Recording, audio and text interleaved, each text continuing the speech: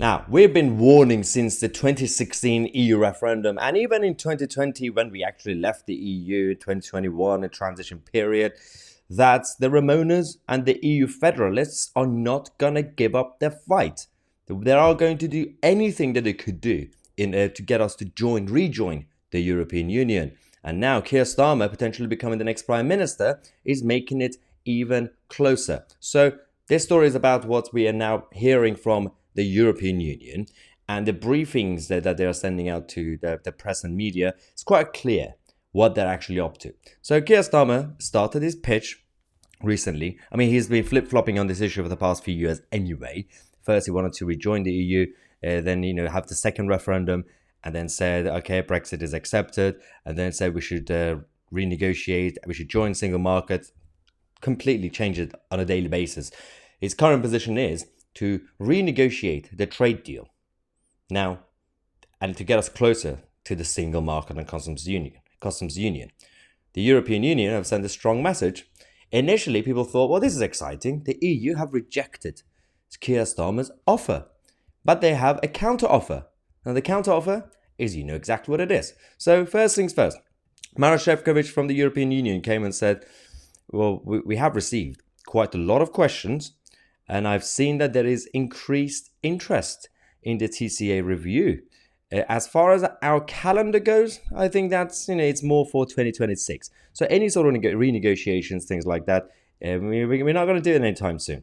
So that's interesting, right? But then they actually continue by saying the Brexit trade agreement offers significant potential to further improve our partnership. However, it is not and can never be a replacement for EU membership.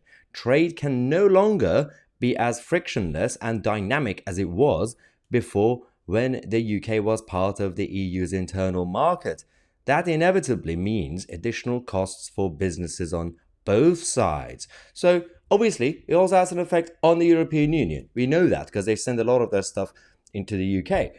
But they seem to be speaking from the position of power.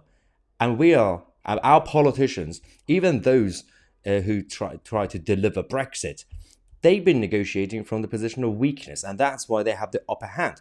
That's why they are preparing for Keir Starmer. That's why they've got Michel Barnier to go out there and also say this, that, yeah, we're preparing for the UK to rejoin. Michel Barnier says Britain can rejoin the European Union under Keir Starmer. They are getting ready for a Labour government, and they are getting ready to send out the offer to make sure that there's no renegotiations, there's no new trade agreement, there's no just a membership of the single market, there's full EU membership. And they're probably going to even potentially send out some sort of idea to do a referendum to rejoin.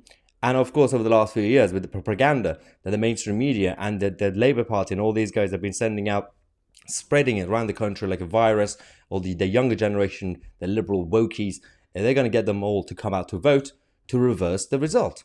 And this is what we have to be preparing for, because the fight is not over. Michel Barnier said, the door is open anytime. I always say that during negotiation. After negotiation, the door remains open. But to be clear, the UK government, the current government, and the next government know exactly what are the terms and conditions to be a part of the single market, to be part of the customs union, to rejoin the EU. Now, they are going to basically create the scenario, in my view, potentially, Keir Starmer as Prime Minister is going to go out there first to say, I told my people that I want to renegotiate the trade deal. And then they're going to say no. So it will seem like he's been cornered. He's going to come back to London and say, well, they don't want to do this, but we want a closer relationship. So what do we do?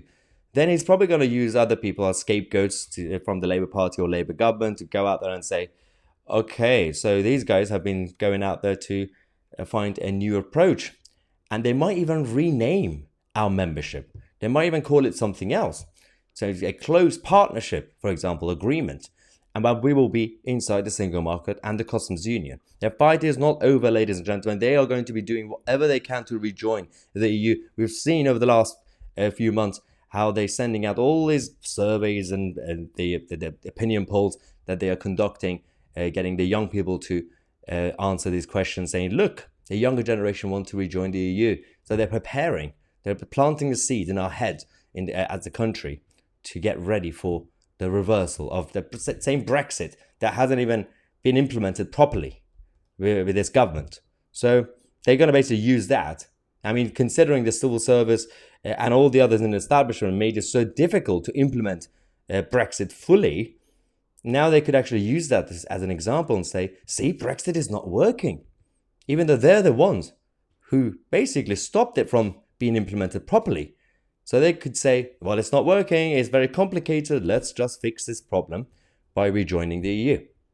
Now, we're not going to continue we're not going to stop our fight, because this channel initially started a few years ago by being a Brexit channel, and I thought, well, we are winning the battle, but we haven't won the war. Now, subscribe to the channel. I'm Mahyar Tousi, and we are the media.